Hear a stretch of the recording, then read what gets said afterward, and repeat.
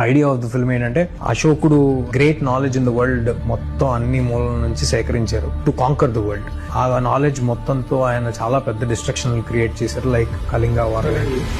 దాని తర్వాత ఇదంతా కరెక్ట్ కాదు అనుకుని ఆ నాలెడ్జ్ మొత్తాన్ని 9 పుస్తకాల్లోకి చేర్చి ఇది మళ్ళీ ఇంకెవ్వరికి దొరకకూడదు, అన్నీ ఒకటికి దొరికితే మళ్ళీ అంత డిస్ట్రక్షన్ జరిగే అవకాశం ఉందని చెప్పి ఆ 9 పుస్తకాలని 9 మంది యోధులకి ప్రపంచంలో ఎక్కడెక్కడో వేరే వేరే మూలల యోధులకి ఇచ్చి తరతరాలుగా కాపాడమని ఇవ్వడం జరిగింది అనే ఒక మిత్ ఉంది. ఇది ఎంతవరకు నిజం ఎంతవరకు ఫాల్స్ అని it's fantasy myth, fantasy point. నిజం కావచ్చు కూడా, కావచ్చు కాకపోవచ్చు.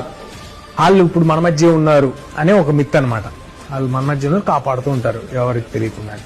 సో అలాంటి 9 గ్రంథాలని 1 by 1 ఒక వెరీ పవర్ఫుల్ సోర్స్ ఆ గ్రంథాలను తీసుకుంటూ అందులో ఉన్న పవర్ ని తీసేసుకుంటూ ఒక మాక్సిమా ఫోర్స్ లాగా రైజ్ అవుతూ ఉంటే ఈ స్పై వరల్డ్ కి, ఆయన క్రియేట్ చేసిన స్పై వరల్డ్ కి సంబంధం ఉన్న ఒక కుర్రాడు, బట్ వాడికి కూడా తెలియదు వాడికి సంబంధం ఉందని, వాడు దీన్ని ఆపడానికి ఏం చేశాడు, ఎలా తెలుసుకున్నాడు తన కథని, తనకున్న బాధ్యతను తను ఎలా తెలుసుకున్నాడు, దానికోసం ఎంత దూరం వెళ్ళి ఎలా ఆపాడు, ఈ కథకి మన ఇండియన్ ఇతిహాసాలకి ఉన్న కనెక్షన్ ఏంటి, ఆ ఇండియన్ ఇతిహాసాల్లో ఉన్న సమాధానం ఏంటి, మన ఇతిహాసాల్లో ఆల్రెడీ ఒక సమాధానం ఉంది, ఆ సమాధానాన్ని వీడు వాడి ఎలాగా డిస్ట్రక్షన్ జరగకుండా ఏం చేస్తాడు అనేది సినిమా కథ సార్.